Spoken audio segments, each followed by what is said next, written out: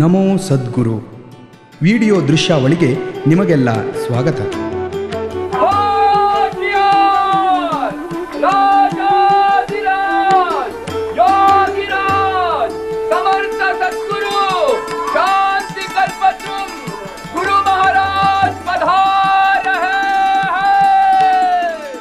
ದಕ್ಷಿಣ ಭಾರತದಲ್ಲಿ ಅದರಲ್ಲೂ ಕರ್ನಾಟಕ, ಮಹಾರಾಷ್ಟ್ರ ರಾಜ್ಯಗಳಲ್ಲಿ ಅಧ್ಯಾತ್ಮ ಸಾಧಕರಿಗೆ, ಚಿಂತಕರಿಗೆ ಗುರುಶ್ರೇಷ್ಠರೆನಿಸಿದವರು ಶ್ರೀ ಸಮರ್ಥ ಸದ್ಗುರು ಗಣಪತರಾವ್ ಮಹಾರಾಜರು.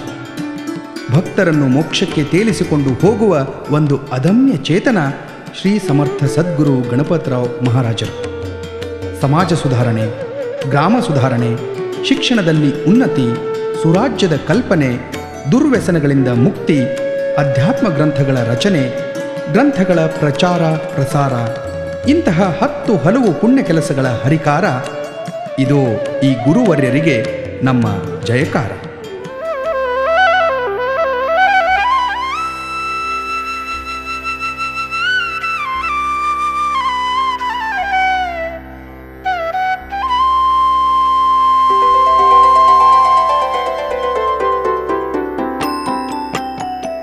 ಶಿವನವತಾರಿ ಸದ್ಗುರುನಾಥನ ಮಹಿಮೆಯ ನೋಡಿರೋ, ಶಿವನ ರೂಪಿ ಸದ್ಗುರುನಾಥನ ಮಹಿಮೆಯ ನೋಡಿರೋ. ಧರೆಯೊಳಧಿಕವಾದ ಶಾಂತಿ ಕುಟೀರವಯ್ಯ, ರವಿಕೋಟಿ ತೇಜರಾದ ಗುರು ಶ್ರೇಷ್ಠರಾಜರಯ್ಯ. ಶಿವನವತಾರಿ ಸದ್ಗುರುನಾಥನ ಮಹಿಮೆಯ ನೋಡಿರೋ. ಬಾಲ್ಯದಿಂದಲೂ ಅಧ್ಯಾತ್ಮದಲ್ಲಿ ಒಲವಿದ್ದ ಶ್ರೀ ಸಮರ್ಥ ಸದ್ಗುರು ಮಹಾರಾಜರು ತಮ್ಮ 15ರ ಎಳೆ ವಯಸ್ಸಿನಲ್ಲಿಯೇ ಶ್ರೀ ಸಮರ್ಥ ಸದ್ಗುರು ಸಿದ್ದರಾಮೇಶ್ವರ ಮಹಾರಾಜರಿಂದ ನಾಮ ತೆಗೆದುಕೊಂಡು ಸಾಧಕರ ಸಾಲಿಗೆ ಸೇರಿದರು. ಅಂದಿನಿಂದ ಆಧ್ಯಾತ್ಮದಲ್ಲಿ ಪ್ರಗತಿ ಹೊಂದುತ್ತಾ ಹೋದ ಅವರು ಇಂದಿನವರೆಗೂ ಹಿಂತಿರುಗಿ ನೋಡಿದ್ದೇ ಇಲ್ಲ. BSc ಪರೀಕ್ಷೆ ಪಾಸಾಗಿ ತಮ್ಮ ವಿದ್ಯಾರ್ಥಿ ಜೀವನವನ್ನು ಅವರು ಪೂರೈಸಿದಾಗಲೇ ಎಲ್ಲರಂಥವನಲ್ಲ ಈ ಗಣಪತಿ ಎಂಬ ಅಂಶವನ್ನು ವ್ಯಕ್ತಪಡಿಸಿದರು. ಯಾಕೆಂದರೆ ಎಲ್ಲ ಯುವಕರಂತೆ ಇವರು ನೌಕರಿಗಾಗಿ ಹುಡುಕಾಡಲಿಲ್ಲ, ಗೃಹಸ್ಥಾಶ್ರಮವನ್ನು ಪ್ರವೇಶಿಸಲು ಹಾತೊರೆಯಲಿಲ್ಲ. ಹಿಂಡ ನಗಲಿದ ಗಜದಂತೆ ಅಧ್ಯಾತ್ಮ ಸಾಧನೆಯ ಪ್ರತ್ಯೇಕ ಮಾರ್ಗವನ್ನು ಆಯ್ಕೆ ಮಾಡಿಕೊಂಡರು. ಈ ಆಯ್ಕೆ ಕೇವಲ ಅವರ ಕಲ್ಯಾಣಕ್ಕಾಗಿರದೆ ಸಮಗ್ರ ಲೋಕ ಕಲ್ಯಾಣಕ್ಕಾಗಿ ಆಗಿತ್ತು ಎಂಬುದು ಇಲ್ಲಿ ಉಲ್ಲೇಖನೀಯ. ಶ್ರೀ ಸಮರ್ಥ ಸದ್ಗುರು ಗಣಪತ ಮಹಾರಾಜರು ಆರಿಸಿಕೊಂಡ ಗುರು ಪರಂಪರೆ ಮತ್ತು ಸನ ಮಾರ್ಗ ಸಹ ವೈಶಿಷ್ಟ್ಯಪೂರ್ಣವಾಗಿದೆ. ಯಾವ ಧಾರ್ಮಿಕ ಮತ ಪಂಥಗಳ ಆಚರಣೆಯ ಬಂಧ ಇದಕ್ಕಿಲ್ಲ. ಎಲ್ಲ ಜಾತಿ ಧರ್ಮಗಳ ಜನರು ಈ ಪರಂಪರೆಯ ಪ್ರವಾಹದಲ್ಲಿ ಮಜ್ಜನಗೈದು ತಮ್ಮ ಮೋಕ್ಷವನ್ನು ಸಾಧಿಸಿಕೊಂಡಿದ್ದಾರೆ. ವಿಜಾಪುರ ಜಿಲ್ಲೆಯ ಇಂಚಗೇರಿ ಗ್ರಾಮದಲ್ಲಿ ಶ್ರೀ ಸಮರ್ಥ ಸದ್ಗುರು ಭಾವು ಸಾಹೇಬ್ ಮಹಾರಾಜರ ಹಾಗೂ ಶ್ರೀ ಸಮರ್ಥ ಸದ್ಗುರು ಸಿದ್ದರಾಮೇಶ್ವರ ಮಹಾರಾಜರ ಕಾರ್ಯ ಕೇಂದ್ರದಲ್ಲಿದ್ದು ಶ್ರೀ ಸಮರ್ಥ ಸದ್ಗುರು ಗಣಪತರಾವ್ ಮಹಾರಾಜರು ಸಾಧನೆ ತಪಸ್ಸು ಮಾಡತೊಡಗಿದರಷ್ಟೇ ಅಲ್ಲ, ಅಲ್ಲಿಯ ಭಜನೆ ಸಪ್ತಾಹಗಳ ಹೊಣೆಗಾರಿಕೆಯನ್ನೂ ನಿರ್ವಹಿಸಿದರು. ಅಲ್ಲಿಯ ಅವರ ಜೀವನ ಸರಳವಾಗಿದ್ದರೂ ಅತ್ಯಂತ ಕಠೋರವಾದುದಾಗಿತ್ತು. ಹೊರಗಿನ ವ್ಯವಹಾರಗಳಿಗೆಲ್ಲ ಆಸಕ್ತಿ ತೋರಿಸದೆ ದಿನಕ್ಕೆ 6-8 ತಾಸು ಧ್ಯಾನ ಮಾಡುತ್ತಿದ್ದರು. ಈ ತಪಸ್ಸೇ ಅವರನ್ನು ಗುರುಪೀಠಕ್ಕೆ ಏರಿಸಿತು. ಈಗ ಈ ಗುರುಶ್ರೇಷ್ಠರಿಗೆ ಸಹಸ್ರ ಸಂಖ್ಯೆಯಲ್ಲಿ ಭಕ್ತರಿದ್ದಾರೆ. ಶ್ರೀ ಸಮರ್ಥ ಸದ್ಗುರು ಗಣಪತರಾವ್ ಮಹಾರಾಜರು ತಮ್ಮ ಪರಂಪರೆ ಭಜನೆಗಳನ್ನು, ಬೋಧಗಳನ್ನು ಸರಳವಾಗಿ ಭಕ್ತರಿಗೆ ಅರ್ಥವಾಗುವಂತೆ ಸಾಹಿತ್ಯ ರಚಿಸತೊಡಗಿದರು. ಮರಾಠಿಯಲ್ಲಿನ ಭಜನೆಗಳನ್ನು ಕನ್ನಡಕ್ಕೂ, ಕನ್ನಡದ ಮೇರು ಅಧ್ಯಾತ್ಮದ ಕೃತಿಗಳನ್ನು ಮರಾಠಿಗೂ ಅನುವಾದಿಸಿದರು. 1979ರಲ್ಲಿ ಶಾಂತಿ ಕುಟೀರ ಸಂದೇಶ ಎಂಬ ತ್ರೈಮಾಸಿಕವು ಅಧ್ಯಾತ್ಮ ಸಂದೇಶಗಳನ್ನು ಹೊತ್ತು ಭಕ್ತರ ಮನೆ ಮನ ತಲುಪಲು ಶುರುವಾಯಿತು. ಸುರಾಜ್ಯ ಪಥ ಇದು ಕನ್ನೂರು ಶಾಂತಿ ಕುಟೀರದ ಶ್ರೀ ಸಮರ್ಥ ಸದ್ಗುರು ಗಣಪತರಾವ್ ಮಹಾರಾಜರ ಸನ್ನಿಧಾನದಿಂದ 15 ದಿನಗಳಿಗೊಮ್ಮೆ ಹೊರಡುವ ಜ್ಞಾನದೀವಿಗೆ. ಸುರಾಜ್ಯ ಪಥವು ಶುದ್ಧವಾದದ್ದು. ದೇಶದ ಭ್ರಷ್ಟಾಚಾರ, ದುಷ್ಟ, ಅನೀತಿಪರವಾದ ನಡೆಗಳನ್ನು ಖಂಡಿಸಿ ಸತತವಾಗಿ ನಡೆದು ಬಂದ ಸುದ್ದಿಯ ತೇರು. ಶ್ರೀ ಸಮರ್ಥ ಸದ್ಗುರು ಗಣಪತರಾವ್ ಮಹಾರಾಜರ ಪ್ರವಚನಗಳನ್ನು ರೆಕಾರ್ಡ್ ಮಾಡಿಕೊಂಡ ಹುಬ್ಬಳ್ಳಿಯ ಭಕ್ತರಾದ ಶ್ರೀ ರಣಶುಭೆಯವರ ಸಂಗ್ರಹದಿಂದ ಈ 5 ಗ್ರಂಥಗಳು ರೂಪುಗೊಂಡಿವೆ. ಅಧ್ಯಾತ್ಮದ ಅಂಗೈನೆಲ್ಲಿ, ಆತ್ಮಾನುಭವದ ಸಾಧನಗಳು, ಅನುಭವ ಜ್ಞಾನ, ಆತ್ಮಜ್ಞಾನ ರಸದೂಟ ಮತ್ತು ಸಾಧಕರ ದಾರಿದೀಪ ಇವು ಈ 5 ಗ್ರಂಥಗಳು. ಮುಂದೆ ಈ 5 ಗ್ರಂಥಗಳಲ್ಲಿಯ ಪ್ರವಚನಗಳನ್ನು ಒಂದುಗೂಡಿಸಿ ಅಧ್ಯಾತ್ಮದ ಚಿರಪ್ರಯೋಜನದ ಪ್ರಮಾಣ ಗ್ರಂಥವನ್ನು ನಿರ್ಮಿಸುವ ವಿಚಾರದ ಫಲವಾಗಿ ಸುಲಭ ಆತ್ಮಜ್ಞಾನ ಈ ಗ್ರಂಥವು ರೂಪುಗೊಂಡಿದೆ.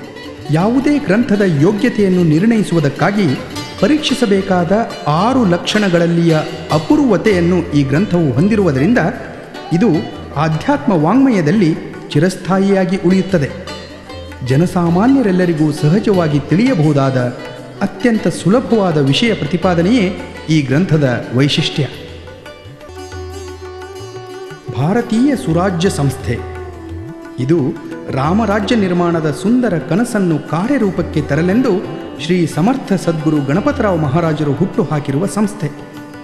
ಭಾರತದಲ್ಲಿ ನಡೆಯುತ್ತಿರುವ ಅನ್ಯಾಯ, ಅತ್ಯಾಚಾರ, ಭ್ರಷ್ಟಾಚಾರ, ಕೊಲೆ, ಸುಲಿಗೆ, ಮೋಸ, ವಂಚನೆ, ದುರ್ವ್ಯವಹಾರ, ಅನೈತಿಕತೆ, ಪರದೇಶಿಗಳ ಆಕ್ರಮಣ, ನೀತಿ ಇಲ್ಲದ ಶಿಕ್ಷಣ, ಭೀತಿ ಇಲ್ಲದ ಶಾಲಾ ಇವುಗಳನ್ನೆಲ್ಲ ಕಂಡು ಗುರುಗಳು ತಮ್ಮ 83ನೇ ಇಳಿವಯಸ್ಸಿನಲ್ಲಿ ಭಾರತಕ್ಕೆ ಸ್ವರಾಜ್ಯ ಸಿಕ್ಕಿತು, ಆದರೆ ಸುರಾಜ್ಯವಾಗಲಿಲ್ಲ ಎಂದು ಭಾರತದ ಪುನರುತ್ಥಾನಕ್ಕಾಗಿ ಭಾರತೀಯ ಸುರಾಜ್ಯ ಸಂಸ್ಥೆಯನ್ನು ಸ್ಥಾಪಿಸಿದರು. ಭಾರತ ಹಳ್ಳಿಗಳ ದೇಶ, ಹಳ್ಳಿಗಳ ಉದ್ಧಾರವೇ ದೇಶದ ಉದ್ಧಾರ ಎಂದು ಭಾರತೀಯ ಸುರಾಜ್ಯ ಸಂಸ್ಥೆಯ ಕಾರ್ಯಕರ್ತರು ಹಳ್ಳಿಗೆ ಹೋಗಿ ಕರ್ತವ್ಯ ಪ್ರಜ್ಞೆಯನ್ನು ಮೂಡಿಸಿ ನಮ್ಮ ಹಳ್ಳಿಯನ್ನು ನಾವೇ ಸುಧಾರಿಸಬೇಕೆಂದು ಬೀಜ ಮಂತ್ರವನ್ನು ಹೇಳಿದ್ದಾರೆ. ಶ್ರಮದಾನ ಮಾಡಿ ಅಲ್ಲಿಯ ರಸ್ತೆಗಳನ್ನು, ಶೌಚಾಲಯಗಳನ್ನು ಶುಚಿಯಾಗಿಟ್ಟುಕೊಳ್ಳುವುದನ್ನು ತೋರಿಸಿಕೊಡುತ್ತಾರೆ. ಕಣ್ಣು ಹಾಗೂ ದಂತ ಚಿಕಿತ್ಸಾ ಶಿಬಿರಗಳನ್ನು ಹಳ್ಳಿಗಳಲ್ಲಿ ಆಯೋಜಿಸಿದ್ದಾರೆ.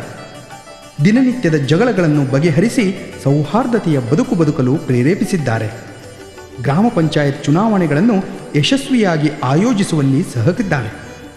ಪ್ರತಿ ವರ್ಷ 700ಕ್ಕೂ ಹೆಚ್ಚು ಕಿಲೋಮೀಟರ್ ಪ್ರಯಾಣದ ದಿಂಡಿ ಯಾತ್ರೆ, 200 ಹಳ್ಳಿಗಳಿಗೆ ಭೇಟಿ, 60,000ಕ್ಕೂ ಹೆಚ್ಚು ಹಳ್ಳಿಗರೊಡನೆ ಸಂಪರ್ಕ,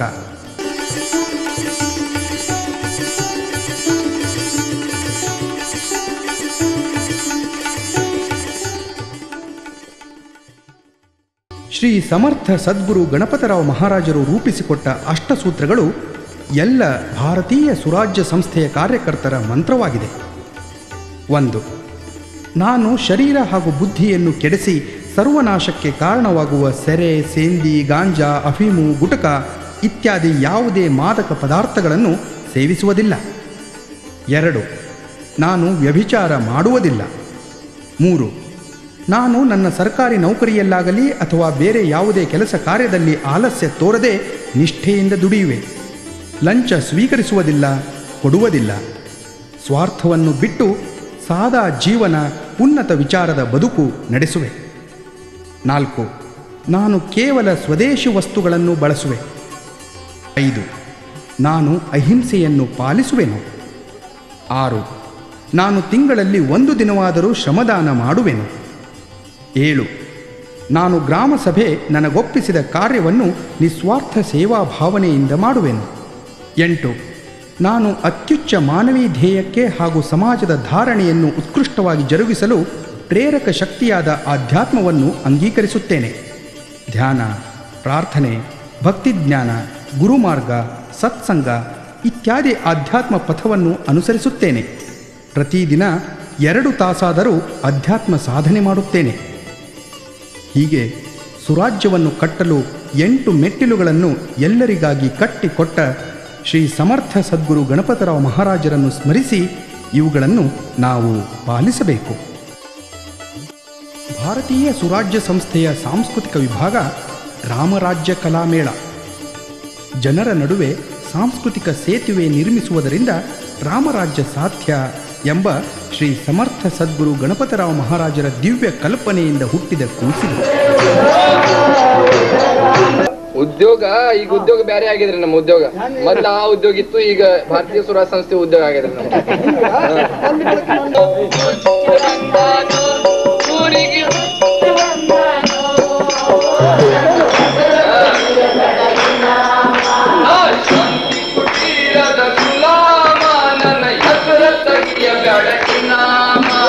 ಗ್ರಾಮಸ್ಥರಿಗೆ ತಿಳಿಯುವ ಪಾತ್ರಗಳೊಂದಿಗೆ, ಅಂದರೆ ಉದಾಹರಣೆಗೆ ಬುಡುಬುಡಿಕೆಯ, ಹುಚ್ಚ, ಮಂಗ್ಯ ಆಗಿ ಸದ್ಗುರುವಿನ ಸಂದೇಶ ಹಳ್ಳಿಗರಿಗೆ ಸಾರುವ ಪ್ರಯತ್ನ ರಾಮರಾಜ್ಯ ಕಲಾಮೇಳದ್ದಾಗಿದೆ.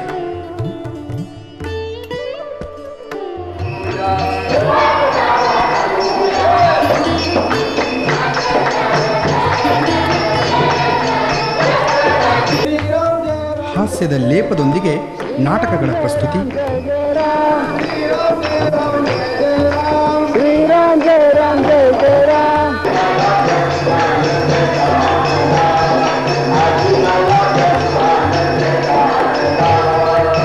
ಭಾರತೀಯರೇ ನೋಡಿ, ನಿಮ್ಮಲ್ಲಿ ಸಂತಾಪದ ಭಾವನೆ ಪುಟಿದೇಳುವುದೇ? ಈ ಕರಾಳ ದುಸ್ಥಿತಿಯ ಬಗ್ಗೆ ಸಂತಾಪ ಉಂಟಾಗಿ ಅದು ನಿಮ್ಮ ರಕ್ತ ನಾಳದಲ್ಲಿ ಸೇರಿ ನಿಮ್ಮ ಹೃದಯವನ್ನು ಸಂಬಂಧಗೊಳಿಸಿದೆಯೇ? ವಿವೇಕಾನಂದರ ಚಿಕಾಗೋ ಭಾಷಣದ ಕನ್ನಡ ಪ್ರಸ್ತುತಿ ರಾಮರಾಜ್ಯ ಕಲಾಮೇಳದ ಕಿರೀಟದಲ್ಲಿ ಒಂದು ಸುಂದರ ಗರಿ. ಸದ್ಗುರುಗಳು ಈ ಭಾಷಣವನ್ನು ತಯಾರಿಸಿದ್ದು ನೋಡಲು ಕಣ್ಣಿಗೆ ಹಬ್ಬವೇ ಹೌದು. ಕೋಲಾಟ, ಸಮೂಹಗಾನ, ನೃತ್ಯ, ರೂಪಕಗಳು ಇವೆಲ್ಲ ರಾಮರಾಜ್ಯ ಕಲಾಮೇಳದ ಪ್ರಸ್ತುತಿಗಳು.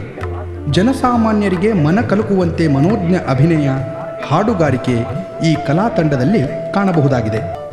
ಹಾಡು, ನೃತ್ಯ, ನಟನಾ ನಿರ್ದೇಶನಗಳಲ್ಲಿ ತನ್ನನ್ನೇ ತಾನು ತೊಡಗಿಸಿಕೊಂಡ ಸದ್ಗುರುವಿನ ಪ್ರೀತಿಯ ಕಿಟ್ಟು ಅಂದರೆ ಶ್ರೀಕೃಷ್ಣ ಸಂಪಗಾಂವ್ಕರ್ ನೇತೃತ್ವದಲ್ಲಿ ಈ ರಾಮರಾಜ್ಯ ಕಲಾಮೇಳ ಮುನ್ನಡೆದಿದೆ.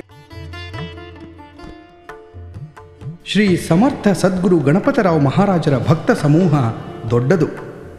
ಸಾಗರವು ಹೇಗೆ ನಮ್ಮ ಕಂಗಳ ಅಗಲಕ್ಕೂ ಹರಡುವುದೋ ಹಾಗೆ ನಮ್ಮ ಮನದ ಎಣಿಕೆ ತುಂಬುವ ಸಂಖ್ಯೆಯಲ್ಲಿ ಈ ಗುರುಗಳಿಗೆ ಭಕ್ತರಿದ್ದಾರೆ. ಮಕ್ಕಳು, ಹಿರಿಯರು, ತರುಣರು, ಹೆಣ್ಣು, ಗಂಡು, ಜಾತಿ, ಮತ, ಬಡವ, ಬಲ್ಲಿದ, ಆಜ್ಞಾ, ಸುಜ್ಞ ಎಲ್ಲ ರೀತಿಯ ಭಕ್ತಾದಿಗಳು ಸದ್ಗುರುವಿನಲ್ಲಿ ತಮ್ಮನ್ನು ತಾವು ಸಮರ್ಪಿಸಿಕೊಂಡಿದ್ದಾರೆ. ಭಕ್ತಿಯ ತಾಳಕ್ಕೆ ಹೆಜ್ಜೆ ಹಾಕುವ ಮಗು,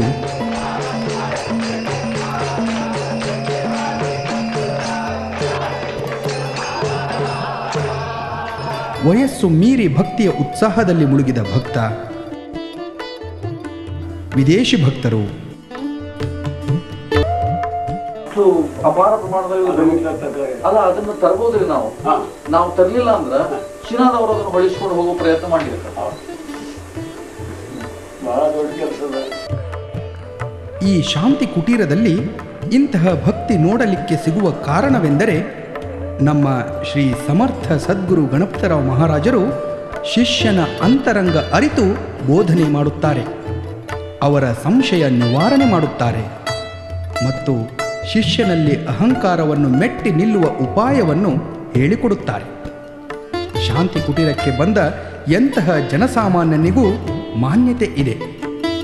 ಯಾರೇ ಇಲ್ಲಿಗೆ ಬಂದರೂ ಗುರುಗಳಿಗೆ ಅವರು ಆತ್ಮೀಯರಾಗುತ್ತಾರೆ. ಆಚರಣೆಯಲ್ಲಿ ಸೌಖ್ಯ, ಸಂತೃಪ್ತಿ ತೋರುವ ಈ ಗುರುಗಳನ್ನು ಭಕ್ತಾದಿಗಳು ಗೌರವಿಸುತ್ತಾರೆ, ಪೂಜ್ಯ ಭಾವನೆಯಿಂದ ನೋಡುತ್ತಾರೆ. ಬರೀ ಜ್ಞಾನ ಬೋಧಿಸುವ ಗುರುವಲ್ಲ ಶ್ರೀ ಸಮರ್ಥ ಸದ್ಗುರು ಗಣಪತರಾವ್ ಮಹಾರಾಜರು. ಭಕ್ತ ಮತ್ತು ತಮ್ಮ ನಡುವಿನ ಪ್ರೀತಿಯ ತಂತುವನ್ನು ಮೀಟುವ, ಅಹಂಕಾರ ರಾಹಿತ್ಯ ಸಹಜ ಸ್ಥಿತಿಗೆ ಭಕ್ತರನ್ನು ಕೊಂಡೊಯ್ಯುವ, ಬೀಡು ಬಿಚ್ಚಾದ ಅನುಭವ ನೀಡುವ, ಇದ್ದಂಗ ಇರೋ ಸಿದ್ದೇಶ್ವರ ಎಂದು ಹೇಳುವ ಯೋಗಿರಾಜರು.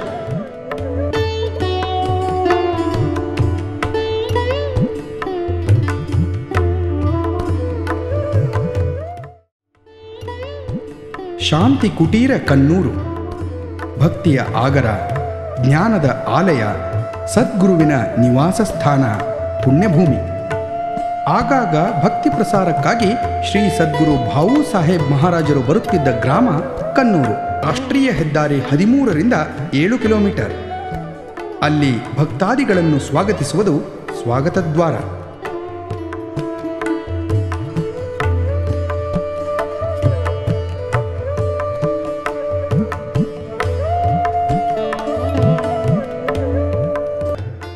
ಒಂದು ಚಿಕ್ಕ ಗುಡಿಸಲಿನಲ್ಲಿ ಶುರುವಾದ ಆಧ್ಯಾತ್ಮ ಸಾಧನಾ ಸ್ಥಳ ಇಂದು ವಿಶಾಲ ಸೌಧವಾಗಿ ಬೆಳೆದು ನಿಂತಿದೆ.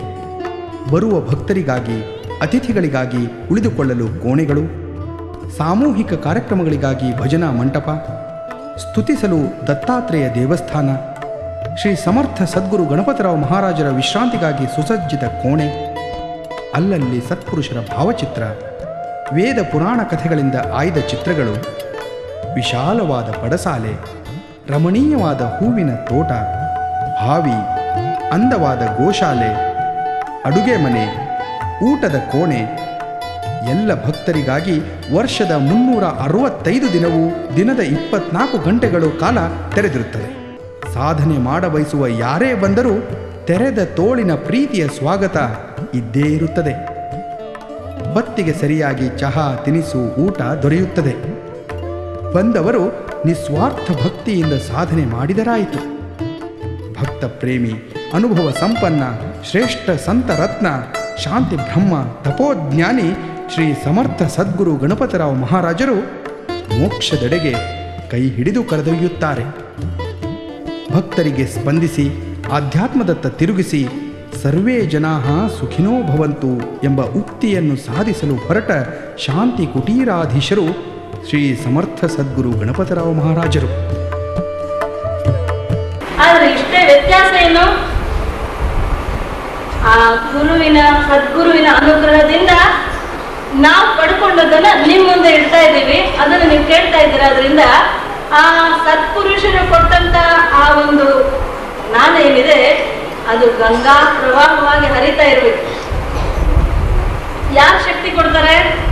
ಇಷ್ಟೆಲ್ಲ ಮಾತಾಡ್ಲಿಕ್ಕೆ, ಇಷ್ಟು ಇವತ್ತು ಕೂತ್ಕೊಂಡು ಇಷ್ಟು ಮಾತಾಡ್ಬೇಕಂತ ಹೇಳಿದ್ರೆ ಆ ಸದ್ಗುರುವಿನ ಅನುಗ್ರಹನೇ ಕಾರಣ.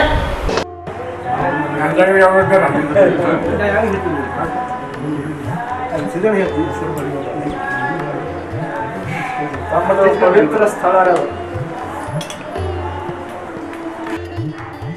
ನಮ್ಮ ನಾಡು ಕಂಡ ಅಪರೂಪದ ಮತ್ತು ಅನುಭವಪೂರ್ಣ ಸಮಾಜಪೂರ್ಣ ಶ್ರೀಗಳಲ್ಲಿ ನಾನು ಹೆಮ್ಮೆ ಪಡುವಂತಹ ಗುರೂಜಿಯವರು ಗಣಪತರಾವ್ ಮಹಾರಾಜರು. ಕಾರಣ ಅವರು ತನುವಿನಲ್ಲಿ ನಿರ್ಮೋಹ, ಮನದಲ್ಲಿ ನಿರಹಂಭಾವ, ಚಿತ್ತದಲ್ಲಿ ನಿರಪೇಕ್ಷೆ, ವಿಷಯಗಳಲ್ಲಿ ಉದಾಸೀನ, ಭಾವದಲ್ಲಿ ದಿಗಂಬರ, ಕಣ್ಣೆದುರು ದಿವ್ಯ ಭಾರತ ಇವೆಲ್ಲವನ್ನು ತುಂಬಿಕೊಂಡಿರುವಂತಹ ಮಹಾ ಸಂತರು, ಯೋಗಿಗಳು ಪೂಜ್ಯ ಮಹಾಸ್ವಾಮೀಜಿಯವರು. ಶ್ರೀ ಶ್ರೀ ಶ್ರೀ ಗಣಪತರಾವ್ ಮಹಾರಾಜರ ಜೀವನದ ಶೈಲಿಯನ್ನು ನೋಡಿದರೆ ಸಾಧಕರಿಗೊಂದು ನಂದಾದೀಪ. ಮಹಿಮ್ನ ಸ್ತೋತ್ರದಲ್ಲಿ ಪುಷ್ಪದಂತ ಕವಿ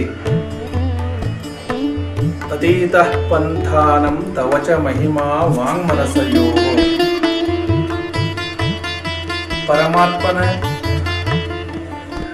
ಮಹಿಮೆಯನ್ನು ವರ್ಣನೆ ಮಾಡಲಿಕ್ಕೆ ಶ್ರುತಿಗಳಿಗೂ ಅಸಾಧ್ಯ. ಭಾಗವತದ ಏಕಾದಶ ಸ್ಕಂದದಲ್ಲಿ ಸಾಧು ಸತ್ಪುರುಷರ ಗುಣ ಸ್ವಭಾವ ಲಕ್ಷಣಗಳನ್ನು ಭಗವಾನ್ ಶ್ರೀಕೃಷ್ಣ ಪರಮಾತ್ಮ ಉದ್ಧವನಿಗೆ ಹೇಳ್ತಾರೆ. ನಿರಪೇಕ್ಷಂ ಮುನಿಂ ಶಾಂತಂ ನಿರ್ವೈರಂ ಸಮದರ್ಶಿನಃ ಅನುಪ್ರಜಾಮ್ಯಹಂ ನಿತ್ಯಂ ಪೂಯಯೇತ್ಯಂಘ್ರಿರೇಣುಭಿಃ. ಭಗವಂತನ ಹೊರತು ಬೇರೆ ಯಾವ ಅಪೇಕ್ಷೆ ಇಲ್ಲದೆ ಅಂತರ್ಬಾಹ್ಯ ಮೌನವಾಗಿದ್ದು ಮನಸ್ಸು ಎಂದು ಉದ್ವಿಗ್ನವಾಗದ ರೀತಿಯಲ್ಲಿ ಸಮತೆಯಲ್ಲಿ ಮನಸ್ಸಿದ್ದು, ಯಾರಲ್ಲಿಯೂ ವೈರಭಾವ ಹೊಂದದೆ ಸಕಲ ಲೋಕಕ್ಕೆ ಹಿತವನ್ನು ಬಯಸತಕ್ಕಂತಹ ಯಾರು ಸಾಧು ಸತ್ಪುರುಷನಿದ್ದಾನೆ ಅವನ ಹಿಂದೆ ನಾನು ತಿರುಗಾಡ್ತಾ ಇರ್ತೇನೆ. ಯಾಕಂದ್ರೆ ನನ್ನ ಪಾದದಿಂದ ಎದ್ದ ಪಾದ ಧೂಳು ಅವನ ಮಸ್ತಕದ ಮೇಲೆ ಇಡಿಸಿ ಅವನು ಸಂರಕ್ಷಣೆ ಮಾಡ್ತೇನೆ. ಅಂತಹ ಒಬ್ಬ ಸಮದರ್ಶಿ ಯೋಗಿ ಈ ಕಲಿಯುಗದಲ್ಲಿ ಈ ಭುವಿಗಳಿರತಕ್ಕಂಥ ಚೈತನ್ಯ ಶ್ರೀ ಗಣಪತರಾವ್ ಮಹಾರಾಜ.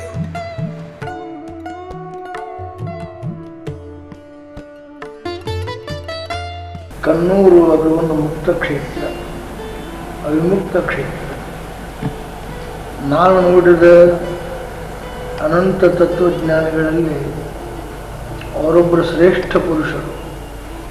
ಯಥಾರ್ಥವಾಗಿರ್ತಕ್ಕಂಥ ತತ್ವಜ್ಞಾನ, ಯಥಾರ್ಥವಾದ ಆಚರಣೆ, ಭಕ್ತಾನುಗ್ರಹ ಕಾತರ, ಇವುಗಳನ್ನೆಲ್ಲವನ್ನು ಅವಲೋಕನ ಮಾಡಿ ನೋಡಿದರೆ ಸಾಧಾರಣ ಅಂಥ ಮಹಾತ್ಮರು ಸಿಗುವುದು ದುರ್ಲಭ. ಅವರ ಬಗ್ಗೆ ಮಾತನಾಡುವುದಕ್ಕೆ ಬಹಳ ಶಕ್ತಿ ಬೇಕು. ಅವರ ಚಿತ್ರ ಕೊಡುವುದಕ್ಕೆ ಬಹಳ ಆಳ ಅರಿವು, ವಿಶಾಲವಾದಂತಹ ಒಂದು ಜ್ಞಾನ ಇವೆಲ್ಲವೂ ಕೂಡ ಬೇಕು. ಏಕೆಂದರೆ ಸಾಮಾನ್ಯ ಭಾಷೆಗೆ ನಿಲುಕುವಂತಹ ವ್ಯಕ್ತಿತ್ವ ಅವರದಲ್ಲ. ಒಂದೊಂದು ದಿನ ಅವರ ಜೊತೆಯಲ್ಲಿ ಕಳೆದಂತೆ ಅವರ ಒಂದೊಂದು ಹೊಸ ಶಕ್ತಿ, ಒಂದು ಹೊಸ ಮುಖದ ಪರಿಚಯ ನಮಗೆಲ್ಲ ಆಗ್ತಾ ಇರುತ್ತೆ.